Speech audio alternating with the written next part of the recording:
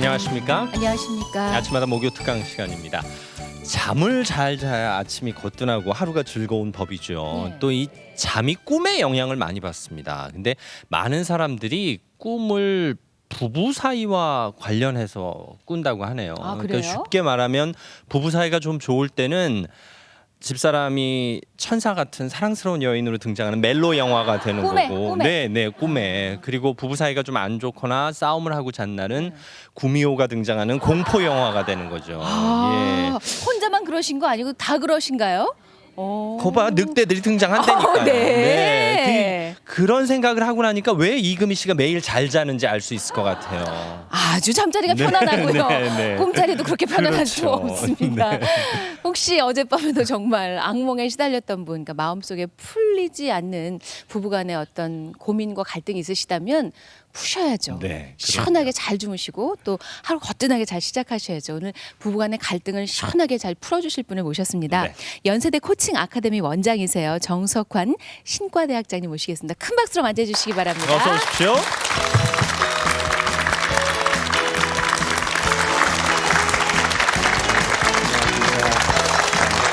안녕하세요.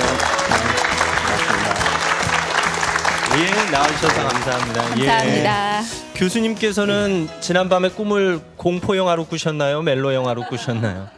글쎄요, 좀 희미한 꿈을 꿨습니다. 뭐 얼굴 표정만 봬도 저희가 얼마나 편안하신지 알 수 있잖아요. 그렇습니다. 네. 부부 갈등 절대 없으실 것 같으세요. 그랬으면 좋겠습니다. 예. 정말 사회에서 관계를 맺는 많은 사이가 잘 통해야 되지만 정말 매일 만나는 사이잖아요. 부부 사이는 정말 잘 통했으면 좋겠어요. 그렇죠. 네. 지금 사실 이 시대가 화두가 소통의 시대 아닙니까? 네. 그래서 모든 사람들이 서로 잘 통해야 우리 몸의 혈액순환이 잘 돼야 건강한 것처럼 사회도 건강해지고 또 그러기 위해서 가장 기초 단위인 가정에 또 부부 사이가 잘 통해야 되겠죠. 예. 그런 것들, 그러니까 부부 사이 또 여러 인간관계 또 사회생활을 하면서 느끼는 여러 관계를 풀어주시는 곳이 코칭 아카데미인가요?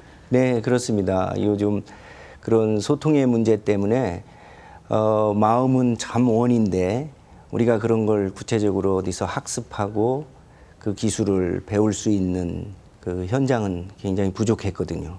그런 것들을 제공해 주는 곳이 코칭 아카데미다. 이렇게 말씀드릴 수 있겠습니다. 네. 요즘 뭐 상담이나 코칭에 관심 있는 분들이 많은데 그 아카데미에서 과정을 들으면 내 마음도 풀리고 다른 사람 마음도 풀 수 있게 하는 요령, 방법을 가르쳐 주신다는 그렇죠. 거고요. 그 기술과 그리고 그 기술이 나오게 된 그 학문적 배경, 네네. 또 실습 이런 것들을 총체적으로 두 학기 프로그램을 통해서 같이 할 수 있죠. 예. 근데 사실 우리가 두 학기 다니기 좀 어렵잖아요. 뭐 학비면도 그렇고 시간도 네. 그렇고 오늘 그냥 무료로 1시간 만에 속성으로 좀 해주실 수 있을까요? 아, 그렇게 할 수 있었으면 참 좋겠고요. 아, 예. 한번 노력해 보겠습니다. 예, 박수로. 네, 예, 예. 다른 사람은 안 풀어주고 그럼요. 예. 우리 오신 부부 분들이라도. 관계만 예. 풀어주시면 되겠습니다. 다시 한번 네. 힘찬 박수 보내주시기 바랍니다.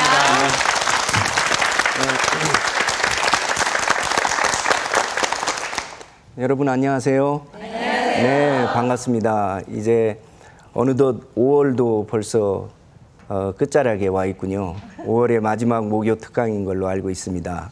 여러분 5월 잘 지내셨어요? 네. 5월은 가정의 달이고 또 어떤 분은 그러시더라고요. 행사의 달이다. 행사가 참 많은 달이고 그래서 5월 어린이날을 필두로 해서 어버이날에 꽃도 많이 받으셨습니까? 사실은 그 어버이날이 같이 묶인 게 아니었거든요. 어머니 날 따로, 아버지 날 따로였는데 아버지 날이 썰렁하니까 아버지들이 같이 이렇게 묶어서 하자. 그래서 어버이날이 됐죠. 그래서 미국은 아직도 그 마더스 선데이, 파더스 선데이가 따로 있는데요. 그 집 떠난 그 자녀들이 두 날에 다 전화를 한대요. 근데 차이점이 아버지 날에는 수신자 부담으로 그렇게 전화를 한다 하는 게 이제 특징이라 그러더군요. 그래서 저도 어버이날에 수신자 부담으로 2통 받았습니다만 또 스승의 날도 있고 또 5월 21일이 또 그 부처님 오신 날이고 또 둘이 하나 된 날이다 해서 부부의 날. 그래서 5월이 이 가정의 달이다 하는 것을 우리가 실감을 했죠. 5월이 이 가정의 달인데 이 가정의 달에 굉장히 많은 분들이 이렇게 행사를 하시더라고요. 그 부부들끼리 이렇게 외식도 하시고 같이 이제 축배도 드시고 그러는데 요즘 이제 부부들이 같이 외식하실 때 와인 한 잔이라도 같이 하시면서 아주 단골로 쓰는 건배사가 있답니다. 건배사가 있는데 해당화래요. 해당화. 이게 무슨 뜻인가 제가 들어봤더니요. 해가 갈수록 당신과 화목하게. 어우, 좋지 않아요? 해가 갈수록 당신과 화목하게. 그런데 같은 해당화가 또 있대요. 그 해당화인데 뭐냐면 해가 갈수록 당신만 보면 화가 나. 여러분은 어떤 해당화세요? 아유, 공개적으로 말씀할 수는 없어요? 예. 사실 이 해당화였으면 좋겠어요. 해가 갈수록 당신과 화목하게. 그래서 이혼율이 높아지는 이 사회에 화목한 부부들이 많아져서 해가 갈수록. 근데 사실 그 우리나라 라이프 스타일이 계속 이제 그 미국 쫓아가고 있는 것 같은데 특별히 이혼율이 높아지기는 미국 다음이라 이렇게 통계적으로 말하고 있거든요. 그래서 이혼율이 굉장히 우리가 높아져 가고 있는데 이게 하나의 사회적인 문제가 되고 있는 거죠. 그래서 이제 미국에서도 행복한 건강한 그 부부 관계에 대한 연구들을 참 많이 합니다. 그래서 그 덴버 유니버시티에 보면 해피 메리지 인스티튜트라고 그래서 행복한 결혼 생활 연구소 이게 있어요. 그래서 거기서 이제 행복하다라고 스스로 그 인정하고 있는 5,000쌍의 부부들을 설문조사를 해봤다고 그래요. 왜냐하면 이 사람들이 어떤 요소들이 있는가 그렇게 연구해서 그 요소들을 여러 사람들이 알게 하면 행복 바이러스를 자꾸 전할 수 있을 거 아니겠어요? 그래서 거기서 공통분모 6개를 뽑았대요. 그러니까 이쪽 해당화에 해당하는 거죠. 해가 갈수록 당신과 화목하게. 그 첫 번째 요소가 뭐냐면 서로 존중한다. 서로 존중하더래요. 서로를 존경한다는 거죠. 리스펙트. 서로를. 근데 이 리스펙트라는 영어 단어의 어원이 올려놓고 보다. 우리는 존경한다 그러면 이렇게 흠모한다, 올려놓고 본다 이런 의미를 많이 내포하고 있는데 리스펙트라는 단어 자체는 사실은 있는 대로 본다 이런 뜻이래요. 있는 대로 그 사람을 생긴 모습 그대로 뭐 내가 원하는 모습대로가 아니라 생긴 모습 그대로. 그리고 두 번째 그 행복한 커플들의 요소가요. 서로를 즐긴다.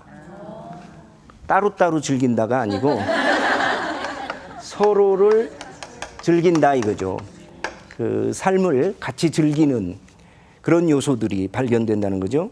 그리고 세 번째 요소는 대화한다.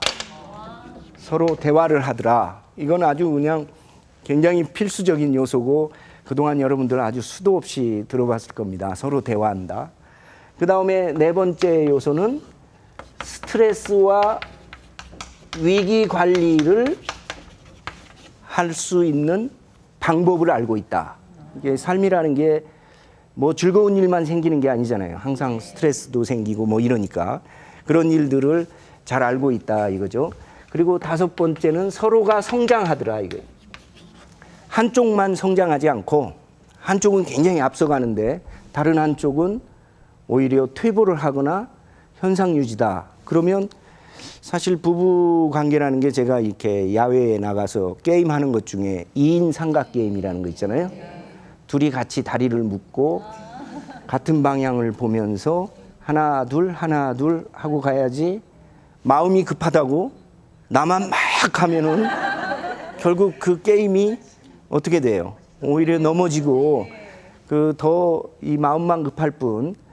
그러니까 서로 같이 성장한다 이거죠. 그 다음 6번째는 서로에게 헌신하더라 이거죠. 한쪽만 헌신하는 게 아니라, 한쪽을 위해서 일방적으로 이렇게 헌신하는 것이 아니라 서로가 서로에게 헌신한다. 이게 굉장히 중요한 개념인 것 같아요. 특히 우리나라 부부관계의 어떤 공평한 룰 같은 거. 사실 여기 여성분들 이렇게 많이 계시고 지금 시청자들도 주부들이 많이 계시니까 제가 좀 아부성 발언을 하자면 그 여성들이 같이 다 대학을 같이 나오든지 학교를 같이 다녔어도 결혼을 하고 난 뒤에는 사실 엄마 역할하고 또 아내 역할하느라고 일정 부분 자기 꿈을 접고 주부로서의 풀타임 일을 하시잖아요. 그래서 남편도 사회적으로 진출하게 하고 자녀들도 잘 키우시고, 그러다가 이제 문득 중년기가 되면 남편은 하숙생처럼 보이고 자녀들은 자기 품을 떠나고 그러잖아요. 자녀들이 뭐 와서 아양 떨 때 엄마가 꼭 좋아서일까요? 아니면 뭐 그 목적이 다 있잖아요. 그래서 아주 그것만 채우면 금방 떠난단 말이에요. 굉장히 섭섭하대요. 근데 사실 그게 섭섭한 게 아니라 당연한 거죠. 제가 그런 예화를 많이 들어요. 주유소에서 우리가 기름 넣고 이제 금방 떠나는 거지, 주유소 주인이 섭섭할까 봐 5분씩 놀아주고 그러지 않잖아요. 그건 고장난 차라고. 그러니까 우리들의 자녀들이 금방 이렇게 정서적으로 재급유를 받고 떠나는 거는 아주 정상적인 거죠. 건강한 차라는 거예요. 걔네들 또래 그룹이 기다리는 곳으로 가게 돼 있거든요.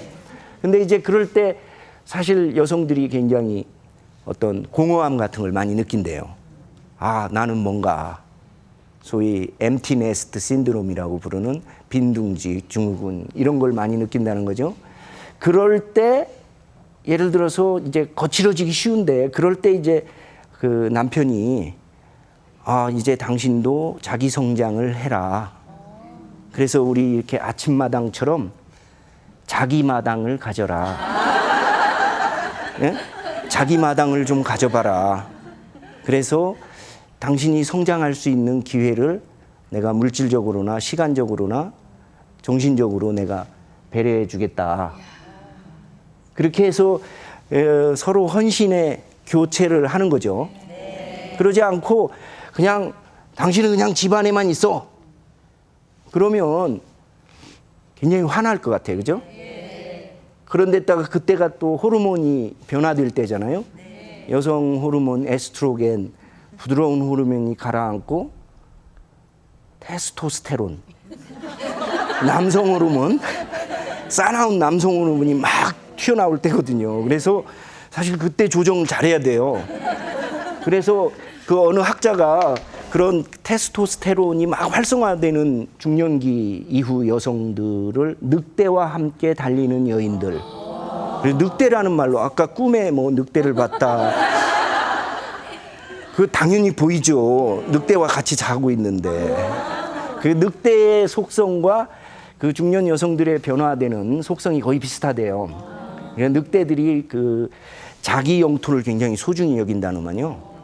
그리고 호기심이 많고 굉장히 창조적이고 놀이를 좋아하고 또 떼지어 다닌대요.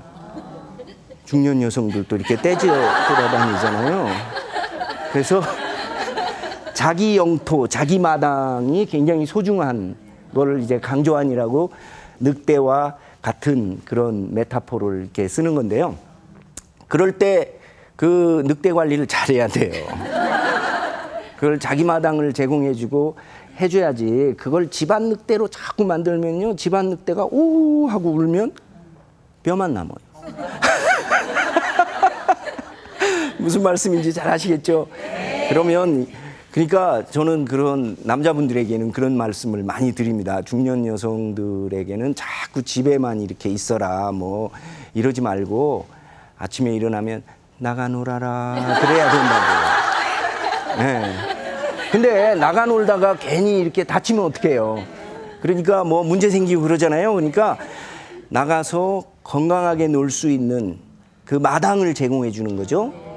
뭔가를 배울 수 있고 다시 자신의 영역을 봉사활동이라든지 재교육이라든지 이런 여러 가지 관심을 활발하게 그래서 자기 실현의 장을 가질 수 있도록 그래갖고 사실은 늑대는 나가 놀다가 저녁에 피곤해서 들어와야 돼요. 그래서 피곤해 들어와서 늑대가 새건 주무셔야 그게 참 보기 좋거든. 그래서 그 늑대 피곤한 늑대 자꾸 깨우면 안 되거든. 그래서 중년 남성들이 요리도 배우고 가사 일을 할 수 있는 그게 이 헌신한다는 거의 구체적 의미인 거예요. 사실 제가 아는 어떤 교수님은요 50세 자기 아내 50세 생일을 맞아서 한번 물어봤대요. 내가 뭘 선물해 줬으면 좋겠냐 그랬더니 내가 그동안 부엌 일을 너무 많이 했으니까 이제부터 부엌 일에 손을 떼고 싶다. 무리한 부탁을 하더래요. 그래서 악몽을 꾼 거지 한마디로. 그런데 어차피 물어봤는데 답변이 그랬으니까 그거를 이제 바톤 타치를 했다는 거예요. 그래가지고 그분이 60세가 넘으셨는데 정말 10년 넘게 부엌 일을 그분이 하셨더라고요. 요리까지 다. 그러니까 늑대 주무실 때 괜히 밥 달라고 그 발로 흔들어서 깨우고 그러다가 그 자다 일어난 늑대한테 물리면 약도 없어요. 사실 그렇잖아요. 그러니까 이게 아주 그 해당화의 굉장히 중요한 요소예요. 이 그 행복한 관계라는 거는 어디서 떨어지는 게 아니고 이렇게 구체적으로 만들어가는 것이다. 그런데 반면에 다른 해당화 한번 볼까요? 해가 갈수록 당신만 보면 화가 나. 이건 6가지 요소가요 또 있어요. 그래서 이 6가지 요소들이 많이 들어있으면 90% 이상이 이혼하게 되거나 아니면 심리적 이혼을 하게 된다는 거죠. 존중 대신에 비교한다. 항상 비교한다는 거예요. 옆집 아저씨는 어떻고 뭐 비교한다는 거죠. 서로를 즐기기 대신에 따로국밥이다. 따로국밥이란 메뉴 아시나요? 네, 따로따로 다니고 특히 즐거움의 소스가 다른 데 있다 이거죠. 다른 곳에서 즐거움의 그런 소스를 찾는다 이런 거죠. 그리고 대화를 하는 게 아니고 그림자 밟기 게임을 한다. 뭔지 아시겠죠? 그림자 밟기. 사실 우리 살아있는 인간은 다 그림자가 있어요. 그렇죠? 딱 누워야 그림자가 없는 거예요. 그러기 전에는 다 그림자가 있습니다. 그런데 그 그림자가 나는 못 봐. 내 그림자를. 남의 그림자는 잘 보이거든. 내 눈앞에 있으니까. 그러니까 대화 대신에 그림자 밟기 게임을 하는 거예요. 이게 소위 비난 게임이라는 거죠. 예. 그리고 스트레스와 위기 관리의 요령을 알고 있기보다는 과제 중심이야. 그 다음에는 50평, 그 다음에는 80평, 뭐 이런 식으로. 그래서 과제를 다 이루고 나면 그 다음에 또 다른 과제를 자꾸 찾게 되고 그래서 스트레스가 오히려 더 가중되는 거죠.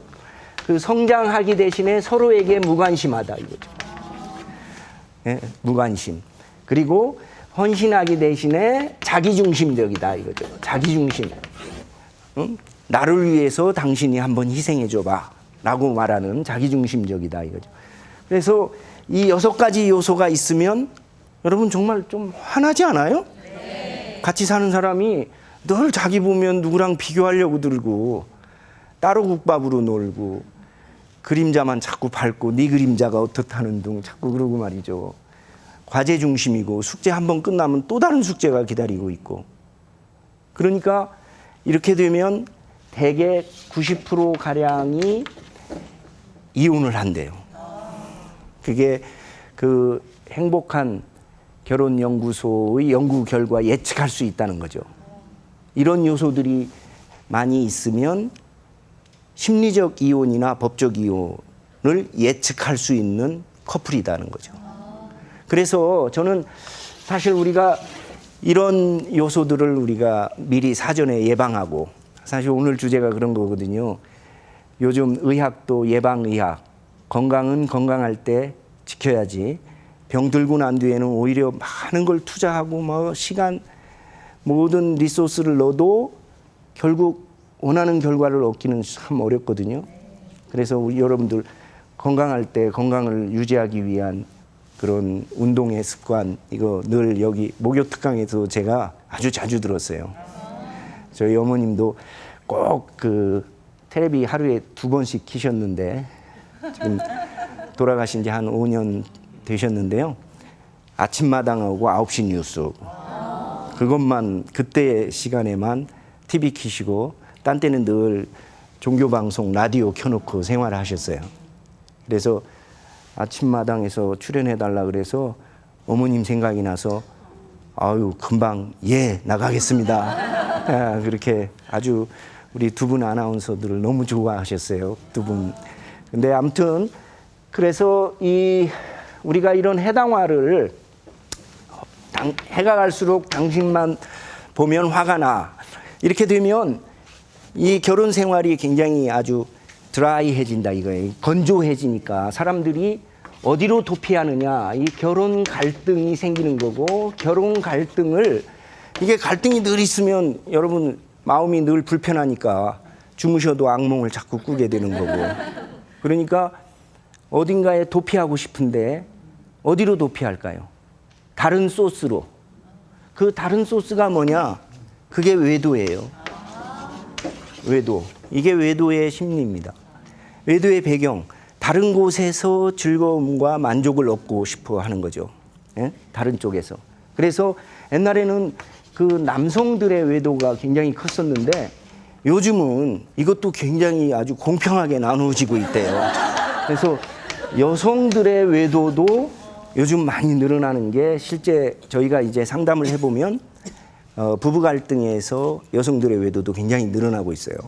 그래서 우리가 뭐 여러분 식사 시간에 뭐 그런 유머들 많이 하실 거야. 이 중년 여성들이 뭐 애인이 없으면 팔불출이라나 그래가지고 자기보다 나이 젊은 애인이면 금메달, 은메달, 동메달, 예? 나이가 동갑이면 은메달, 그리고 없으면 목메달, 뭐 이렇게 이런 얘기들을 많이 하는데 그 얘기가 사실은 우스갯소리가 아니라 유머의 사회학이라 해서 사실 그런 유머 속에 이 사회 현상들을 담고 있는 거죠. 그만큼 이런 정서적 욕구는 굉장히 강한데, 그 욕구가 우리 그 PDP 자료가 여기 지금 나오고 예, 있습니다. 나오죠. 예. 예, 정서적 욕구는 우리 안에 굉장히 강하단 말이죠. 다른 배우자를 통해서 얻고 싶은 정서적 욕구. 그러니까 우리 사람이 빵으로만 살 수 있는 게 아니니까 부부관계도 정서적 욕구는 강한데 그것이 채워지지 않으면 감정적 상처로 이렇게 가지게 되죠. 이렇게 되니까 감정적 상처가 생기지 않겠어요? 그러면 복수심이 생기는 거예요. 야, 내가 1대0으로 졌는데 반드시 만회해야지. 2대1로 이겨야지. 그런데다가 사회적 환경을 보면 성이 굉장히 자유화되고 있잖아요. 갈수록. 그리고 모험에 대한 유혹이 있게 되고, 그리고 가족의 내력이 굉장히 중요합니다. 이 살아올 때 자신의 가족이 그 결혼 갈등을 부모들이 어떻게 해결했느냐 하는 것들이 자녀들에게도 그대로 이렇게 재현되는 경우가 많습니다. 그래서 사실 부모님들이 이렇게 그 해가 갈수록 당신과 화목하게 6가지 요소를 가지고 살아가야 자녀들에게도 그게 유산으로 이렇게 전해질 수 있거든요. 근데 이렇게 되니까 가족의 이 부부 갈등의 스트레스를 가족에서 배운 거란 말이죠. 대화로 풀지 않고 다른 소스를 통해서 풀더라. 그러면 그걸 굉장히 미워하면서 닮아간대요. 이 심리학에 그런 용어가 있거든요. Hatred Identification이라고 해서 미워하며 닮는다. 그런 모습을 굉장히 미워하면서, 그래서 여러분들도 보시면 아유 시집살이 굉장히 많이 고초를 당하셨던 분들이 며느리 보면 굉장히 잘해 주시나요? 거기다가 하나 더 뜨셔가지고, 그래서 뭐 아주 더 심하게 이제 그렇게 시어머니 역할을 하시는 경우도 많이 있는데, 그게 미워하며 담는 거, 가족의 내력이라는 게. 그래서 중년기 때 여러 갈등과 함께 저런 그 외도의 문제들이 생기는 거죠. 여러분들이 이런 것들을 사실 예방하는 것이 굉장히 소중하니까 제가 그래서 이제 이 예방에 관한 가장 중요한 건 사실 어떻게 하면 이렇게 이 해당화가 되느냐, 정말 이거 아니겠어요? 그래서 저는 이거를 평소에 이 소통이라고 하는, 부부가 서로 소통해야 된다 하는 거에 핵심을 두고 있습니다. 제가 작년에 그 사위를 봤거든요. 우리 딸아이가 작년에 결혼을 했어요. 그런데 아주 눈이 큰 애를 데리고 왔더라고요. 근데 우리나라 애가 아니고 우리가 다문화 가족이 됐어요. 아랍계 미국인이야. 그래서 너 어떻게 쟤를 이렇게 남편감으로 골랐냐 그랬더니 우선 눈이 커서 골랐대요. 엄마가 그러는데 눈 작은 남자하고는 결혼하지 마라. 눈만 작은 게 아니라 속도 좁단다. 그 얘기를 살살 가르쳐줬다나 봐요. 그래서 아주 눈이 커서 한눈에 확 반했다는 거라. 그런데 저는 영 우리나라에 있으면 참 좋았을 텐데 왜 그런 욕심이 있을 거 아니겠어요? 그런데 이 아이가 제가 참 허락을 했던 이유 중에 하나가 말이죠. 물론 제가 허락을 하건 안 하건 요즘 아이들은 결과는 똑같겠지만 한국말을 열심히 배워요. 그래서 결혼식 때 한국말로 그 외할아버지 외할머니에게 손녀딸을 잘 키워주셔서 저에게 주셔갖고 참 고맙습니다. 한국말로 이렇게 쭉 얘기하는 거예요. 물론 이게 한국말 주로 쓰는 게 딸 주세요, 배고파요, 감사합니다 뭐 이런 단어지만 그래도 그래서 제가 참 기특해요. 그래서 물어봤어요. 어떻게 한국말 배우기가 쉽지 않을 텐데 이렇게 배웠냐 그랬더니 그 얘기를 하더라고요. 아랍 속담에 사랑하는 사람의 언어를 배우라 하는 말이 있대요. 사랑하는 사람의 언어를 배우라. 당신이 누군가를 사랑한다면 그 사람의 언어를 배우라는 거죠. 제가 그 말에 그냥 한 방에 갔어요. 감동이 딱 되더라고요. 그렇죠? 사랑하는 사람의 언어를 배우라. 당신이 누군가를 사랑한다면 그 사람의 언어를 배우라는 거예요. 그 사람의 언어를 갖고 소통해보라 이거죠. 그러니까 내 언어를 갖고 네가 알아듣든 말든 이게 아니고 그 사람의 언어를 배워서 소통한다. 이거 굉장히 의미 있는 말 아니겠어요? 네. 저는 요즘 우리 시대의 화두가 이 소통 아닙니까? 네. 서로 이렇게 잘 통해야 되는데 이 부부관계도 정말 중요한 이 소통의 주제인 것 같습니다. 근데 이 소통에는요, 저는 이 언어적 소통만 있는 게 아니라 4가지 소통이 있다고 생각해요. 첫째는 뭐냐면 몸의 소통이 있습니다. 몸의 소통. 당신이 누군가를 사랑한다면 그 사람의 몸의 언어를 배우라. 그 사람의 몸의 변화. 그리고 우리가 사실 몸을 가진 인간이잖아요. 여기 뭐 몸이 없고 영만 와 있어요? 그거 아니죠? 네. 우리가 구체적으로 이 몸을 가진 사람들이라고요. 네. 그러니까 소통의 첫 번째 요소는 몸으로부터 출발하는 거예요. 근데 이 몸의 소통에 제일 가장 좋은 게 뭐냐면 웃음이에요. 웃음. 여러분들은 벌써 저랑 소통을 많이 하고 계신 거예요. 이렇게 서로 마주 볼 때마다 웃어주는 거. 예, 안녕하세요 하고 눈으로 인사하는 거. 아파트 단지에서 엘리베이터 안에서 서로 이웃을 볼 때 눈웃음으로 인사하는 거. 이거 여러분들 해외 선진국이라는 곳에 나가보면 사람들 속마음이 어떤지 몰라도 잘 웃죠. 네. 외국인들 우리 지하철이나 이런 데 아침에 보면 아주 잘 웃어요. 근데 우리 한국인들은 아직도 굉장히 표정이 근엄하죠. 그렇죠? 막 웃고 다니면 사람들이 이러는데 그리고 어떤 때는 너무 심각한 것 같아요. 뭐 지하철 같은 데 눈 마주치면 왜 저래 뭐 이러는 것 같고, 실제로 뭐 계속 마주 바라본다고 째려본다고 와서 이렇게 칼로 찌르는 일도 몇 년 전에 있었어요. 다시 말해서 왜 저래 뭐 이러는 거죠. 아니 이 웃음이라는 게 굉장히 좋은 반응이거든. 그 소통의 첫걸음이에요. 그 부부간에 서로 얼굴 보고 웃어줘야지. 얼굴 보면 짜증나. 왜 저러고 이러고 그러면 그게 소통이 안 되는 거죠, 그죠? 예. 그 다음에 우리 이렇게 쓰다듬기, 스킨십이라고 아까 그랬는데 쓰다듬기. 우리 뭐 제가 대학에 있으니까 젊은이들 서로 연애하고 이렇게 뭐 좋아하는 사람들 보면은요 여름에 땀띠 날 것 같아요. 얼마나 부둥켜 안고 그냥 사랑하니까 같이 있고 싶으니까 만지고 싶고 쓰다듬는 거죠.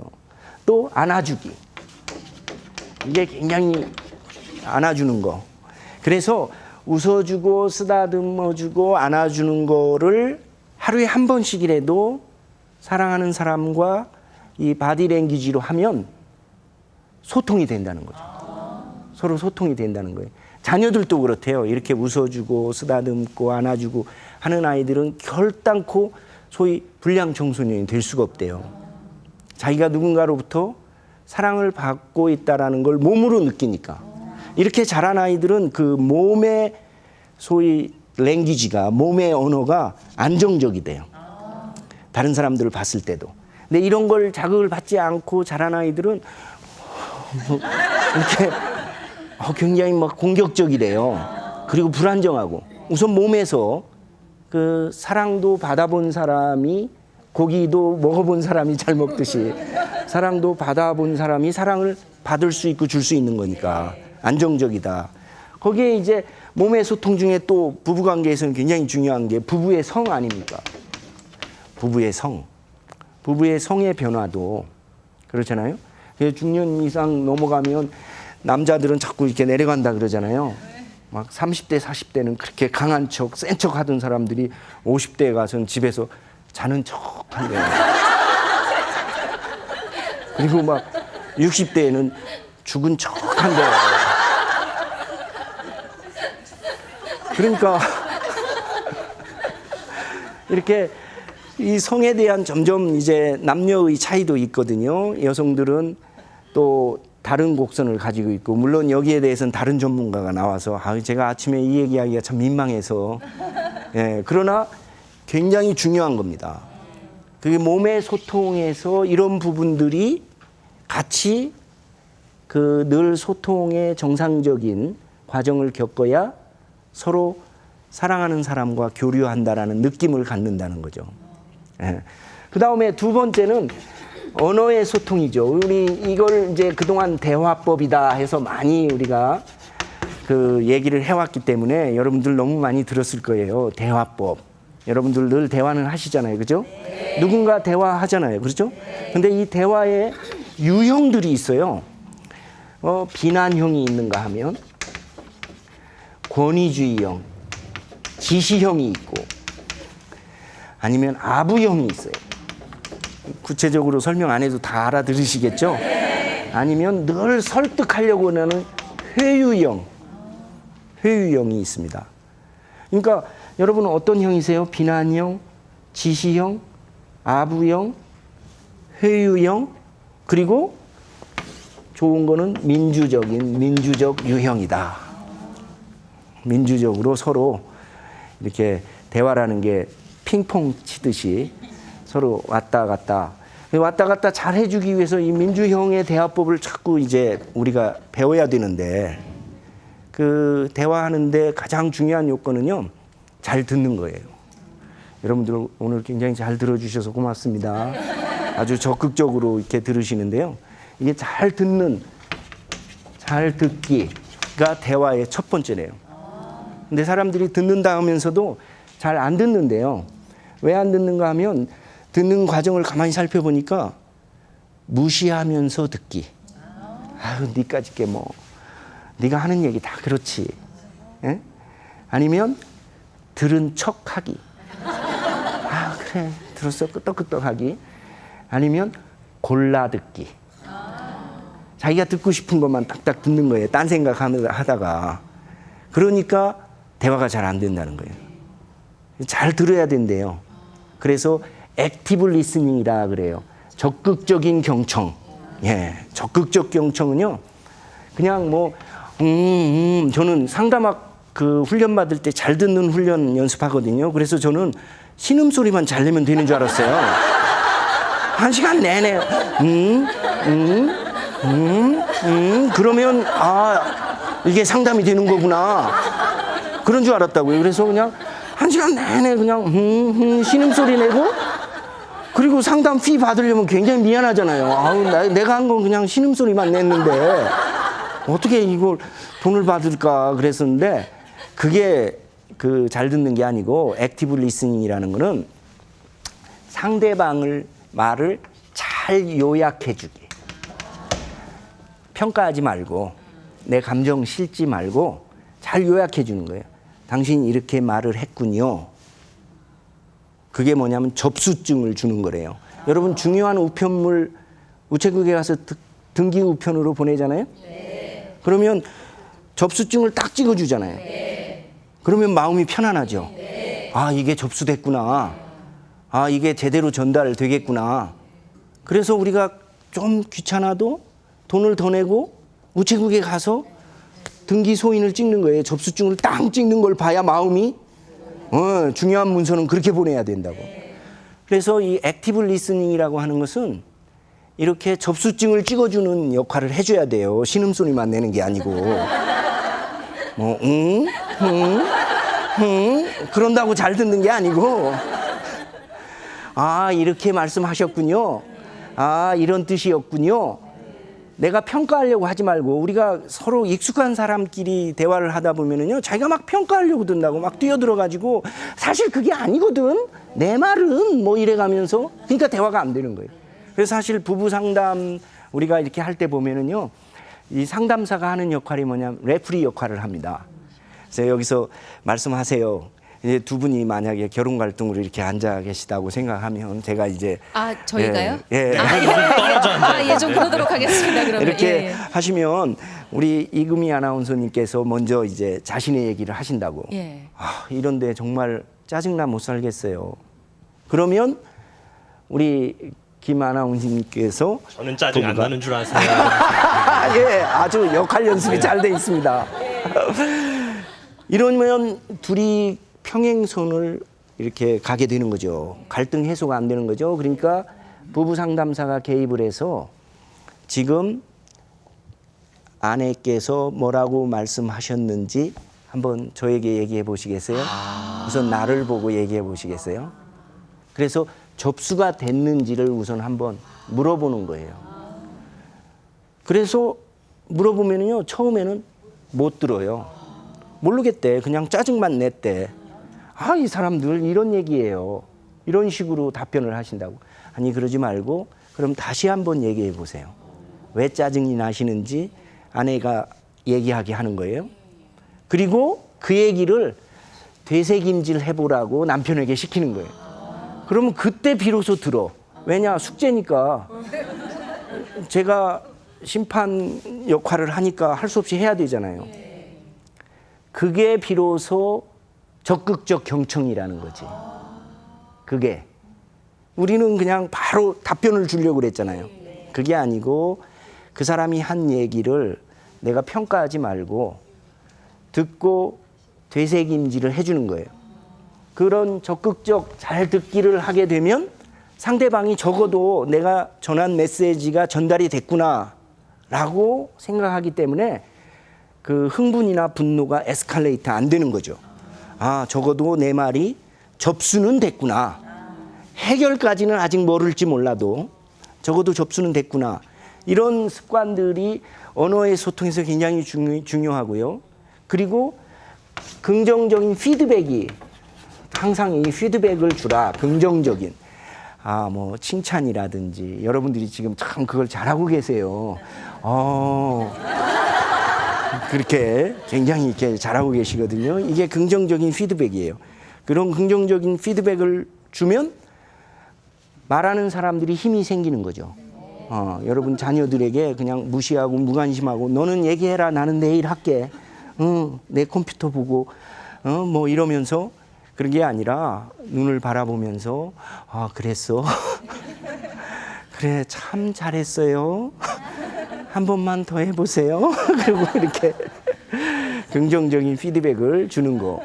그리고 이제 여기에 긍정적인 파지티브 스트로크라고 하는 이제 긍정적인 언어를 쓴다. 칭찬의 언어를 쓰고 이렇게 힘을 실어주는 언어를 쓰고 그렇게 할 때 이게 언어의 소통이 비로소 된다는 거죠. 이 언어의 힘이 굉장히 대단합니다. 이 언어를 어떻게 쓰느냐에 따라서요. 사람의 기를 살릴 수도 있고 죽일 수도 있고 우리의 이 뇌에 있는 소위 신경 세포들을 새롭게 조작할 수도 있대요. 요즘 이론에 보면 뉴로 링귀스틱 프로그램이라 그래서 아주 이 언어를 어떻게 쓰느냐, 긍정적인 언어를 쓰느냐, 부정적인 언어를 쓰느냐에 따라서 사람의 이 브레인의 세포 조직도 변경시킬 수 있다는 거예요. 여러분 이 4.5와 5가 있대요. 4.5가 5가 있는데 이 5가 더 크잖아요. 0.5. 그래서 이 5가 늘 4.5한테 위세를 부렸대요. 앉아, 그럼 앉고 일어서고 일어서고. 근데 어느 날 방학 끝나고 와 보니까 이 4.5가 막 5한테 말도 안 듣고 뭐 이러더래요. 그래서 제가 약 먹었나 해갖고 너 왜 내 말 안 듣는데? 그러니까 4.5가 하는 말이 나 좀 뺐다 그러더라. 이게 아마 이렇게 늦게 웃으시는 분들은 학교 다닐 때 수학을 조금 이렇게 덜 했을 것 같아요. 예? 근데 우리가 부정적인 언어를 쓰면 점을 찍어주는 거거든. 그러니까 우리 아이들이나 우리 사람의 잠재력이라는 건 45예요. 그리고 이 세상은 기껏해야 5라고. 그러니까 45와 5의 차이인데 그냥 애들이 기죽어서 다니는 거야. 왜 기죽었을까요? 점 찍어줘서 그래. 점을 하나만 찍으면 또 괜찮은데 여기다 하나를 더 찍으면 어떻게 돼요? 0.45가 돼. 그래서 우리 같이 상담이나 코칭 하시는 분들은 부모들이 심어준 점 빼는 작업을 하는 거예요. 우리가 야, 점 좀 빼라. 마음의 점을 빼라. 그래서 45로 살아라. 이 점 빼기가 참 힘들어요. 그래서 이 상담사들이 돈을 받는 거야. 아니 여러분들이 점 찍어주면 우리야 좋지. 아유 그 일로 이렇게 비즈니스 하시는 분들은 굉장히 좋을 텐데 근데 그 점 찍어주는 게 부정적 언어의 소통이거든. 그걸 계속 어려서부터 비교하고 뭐 이런 부정적인 언어를 쓰면 마음의 점이 생기고 존재의 점이 생긴다 이거죠. 그러니까 이런 것들을 우리가 언어의 소통에서 중요하게 여겨야 되고 세 번째는 놀이의 소통이 있어요. 놀이의 소통. 여러분들 5월에 굉장히 들로 산으로 이렇게 놀러 나가고 가족들하고 같이 야유회도 가고 노는 기회가 많았죠. 네. 이제 요즘 보면 건강한 놀이가 참 많이 생겼어요. 옛날에 우리 한국은 무슨 휴일 돼서 그러면 노는 게 딱 한 가지였어요. 뭐였어요? 고스톱. 그냥 그 명절 때도 20시간씩 고향에 내려가고 밤새도록 눈이 뻘겋게. 아니 그게 친척들 돈이야. 남의 돈도 아니야. 친척들 돈을 그냥 밤새고 이러고 있는. 아유 놀면 뭐해 한 푼이라도 벌어야지 뭐 이래가면서 그 놀이가 이 놀이의 문화가 이제 많이 이렇게 참 다양하게 된 게 우리나라가 참 여러 가지로 선진화되고 있다는 건데요. 저는 이 가족이라는 게 많은 사람들이 그런 얘기를 해요. 혈연 공동체다. 그렇죠. 혈연 피는 물보다 진하다.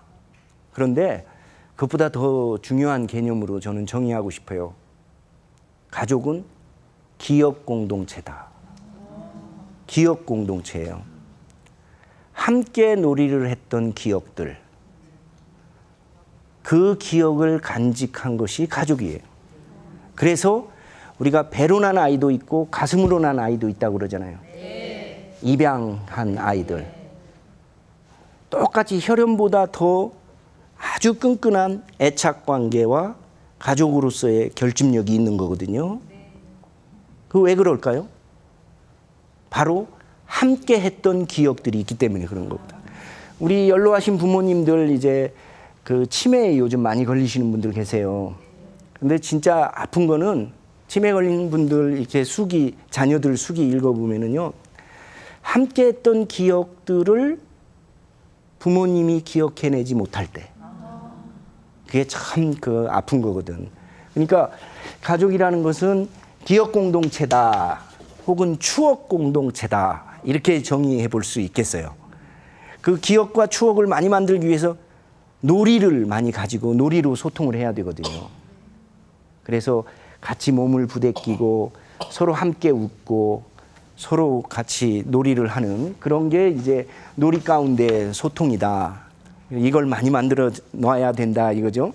그다음 네 번째는 저는 존재의 소통이다. 이렇게 말하고 싶어요. 좀 어려운 얘기를 쓴 것 같아요. 존재. 존재의 소통. 왜 워렌 버핏이라고 투자의 신이다, 뭐 투자의 귀재다, 뭐 이런 얘기 하시잖아요. 이분은 정말 큰 손이죠. 그런데 이 워렌 버핏이 참 돈만 잘 버는 분이 아니고요. 또 자선 사업도 많이 하세요. 이미 자기 재산의 70%를 자기 친구인 빌 게이츠, 사실 친구도 아니야. 나이 차이가 뭐 30년 넘게 나는데 워렌 버핏은 꼭 친구라고 우기고 빌 게이츠는 자기 멘토라고 그러고 뭐 그래요. 그 빌 게이츠도 참 대단한 사람 아니에요? 저하고 나이 차이는 3살밖에 안 나는데 재산 차이는 뭐 비교가 안 되잖아요. 어떻게 알고 또 내? 근데 그 빌 게이츠도 자기 재산의 90%를 이미 자기 부인과 자신의 이름을 딴 재단에 아프리카 난민을 돕기 위한, 자기 기업 소비자들을 위한 게 아니고 아프리카의 그 어린아이들 교육과 에이즈 퇴치를 위해서 이미 90%를 기증을 했거든. 재단을 세웠거든. 그 재단에 워렌 버핏이 자기 재산의 70%를 낸 거야. 야, 그게 10조 원이 넘는데 11조 원에 11조 원. 와. 그러니까 그 액수가 문제가 아니라 그렇게 할 수 있는 그 삶의 태도. 그 워렌 버핏이요.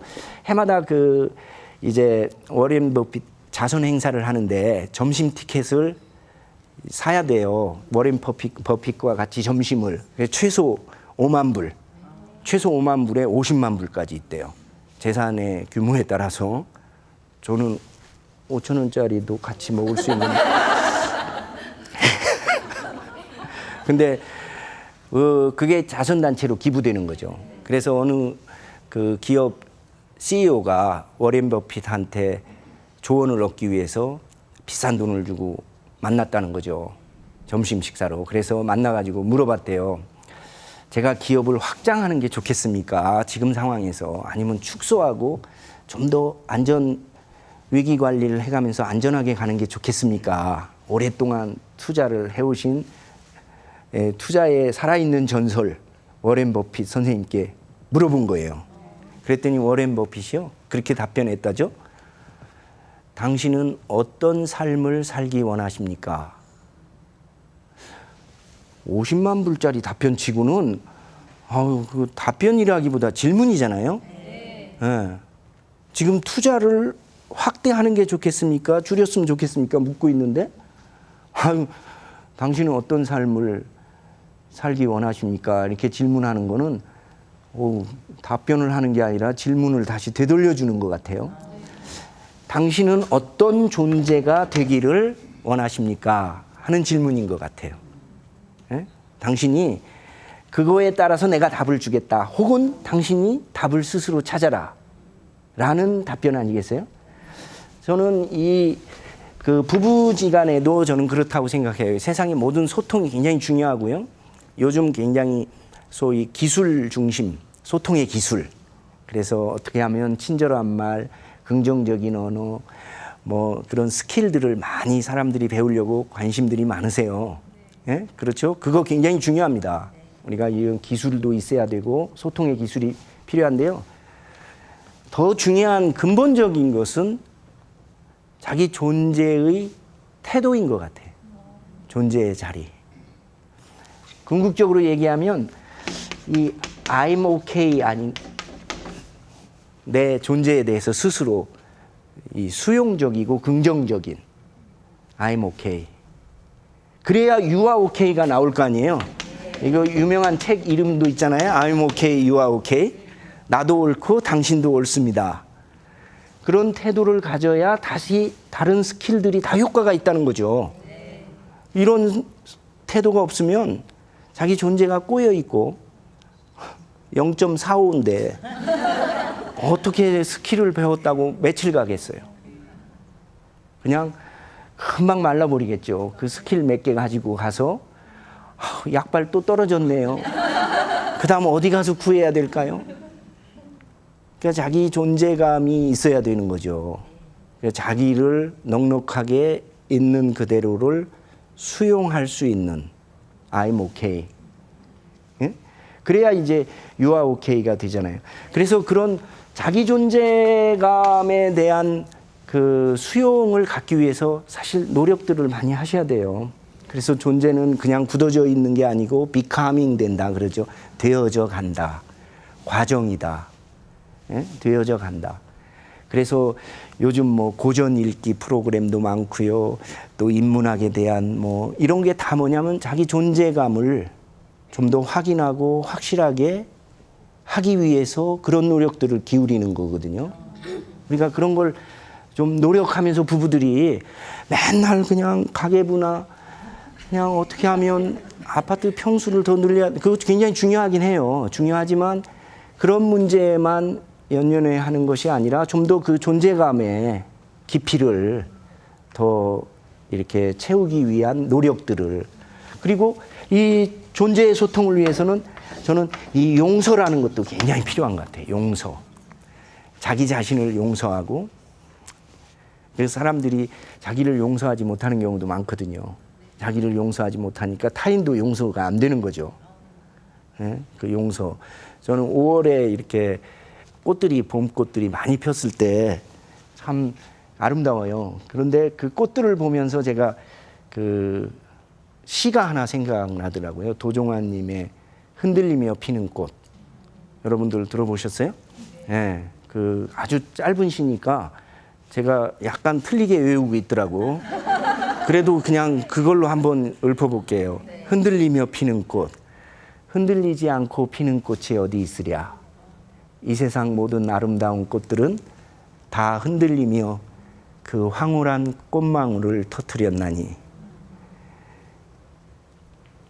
젖지 않고 피는 꽃이 어디 있으랴. 이 세상 모든 아름다운 꽃들은 다 젖으며 그 꽃대를 세웠나니. 흔들리지 않고 가는 삶이 어디 있으랴. 젖지 않고 가는 삶이 어디 있으랴. 그런 시인데요. 아주 그 마음에 와닿아요. 그죠? 우리가 보면 살면서 뭐 흔들리고, 사실 그러잖아요. 바람이 불기도 전에 먼저 그냥 엎드리는 게 우리 인간 아니에요. 그리고 비 올 때 앉아줄 수 있나요? 인생 살면서 다 그런 어려움과 이게 고통, 뭐 원컨 원치 않건 상처들이 있는데 그런 걸 let go 해야죠. 내려놔야지. 그래서 영어로 그런 말이 있잖아요. Forgive and forget. 용서하고 잊으라. 용서하고 잊으라. 누구를 위해서? 당신의 존재의 깊이를 위해서. 당신을 위해서 그러는 거죠. 그래서 I'm okay가 될 수 있어야 되거든요. 그럴 때 이게 소통이 이게 제대로 되어지는 것이 아닐까.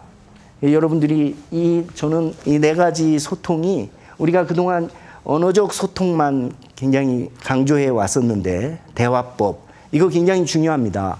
중요하긴 하지만 그런 언어적 소통 플러스 이런 몸의 소통 또 이런 놀이의 소통 그리고 존재의 소통 이런 것들을 우리가 같이 해나갈 때 그 사랑하는 사람의 언어를 우리가 배우고 그 언어를 가지고 이 소통하는 게 아닐까 이런 생각이 듭니다. 그래서 제가 이제 마지막으로 그 여러분들에게 그 중년의 건강한 삶에 대한 반응 10가지 한번 말씀해 드리겠어요. 그냥 짧게 참고로 여러분들이 생각해 보시라 이렇게 하는 의미에서 10가지 건강한 반응. 여기 보면 내려놓아라 이런 거 있죠. 이렇게 자기 어떤 짐이나 그 심리학적인 용어로 말하면 올드 배기지라 그러죠. 자기가 끌고 가는 짐, 그 삶의 상처들, 해결되지 않은 숙제들 이런 거 내려놓아라 이거죠. 그리고 상실의 아픔을 허용하라. 그 우리가 이제 나이 들면서 중년이 돼가면서 그 상실감이 많이 들거든요. 그렇죠? 샤워할 때 머리만 빠지는 게 아니에요. 머릿속에 든 것도 많이 빠져요. 그래서 어떤 분은 아파트 10층에 사는데 엘리베이터를 안 타고 운동을 하신대요. 이렇게 운동을 쭉 하시는데 도중에 쉬거나 핸드폰을 받으면 안 된대. 왜냐하면 쉬거나 핸드폰을 받으면 내가 지금 올라가는 건가 내려가는 건가 하는 거를 이렇게 잊어버린다는 거예요. 그게 우리한테서 떠나는 게 많죠. 중년이 된다는 건 뭔가를 이렇게 잃어버린다는 거와 비슷해요. 옛날 관계도 다 이렇게 상실되는 것 같고 말이죠. 그런 것들을 허용하라 이거예요. 그걸 막으려고 해도 차라리 그럴 수 있다. 그걸 인정하고 이렇게 노트 필기 해갖고 다니시면 되잖아. 이렇게. 또 미래에 대한 자신감을 찾아라. 미래에 대한 목표, 새로운 목표를 가지고 꿈을 다시 점검하라. 자신의 꿈, 되게 성인 초기에 가졌던 꿈들을 다시 재구조조정하고 일의 목표를 재조정하라. 정말 무엇을 위하여 사는 것인지, 앞으로 내가 어떤 목표, 어떤 존재가 되기를 원하는 건지, 그리고 관계에 투자하라. 저는 이게 굉장히 중요한 거라고 생각하거든요. 관계에 투자하는. 그중에 가장 중요한 관계가 사실은 부부 관계인 것 같아요.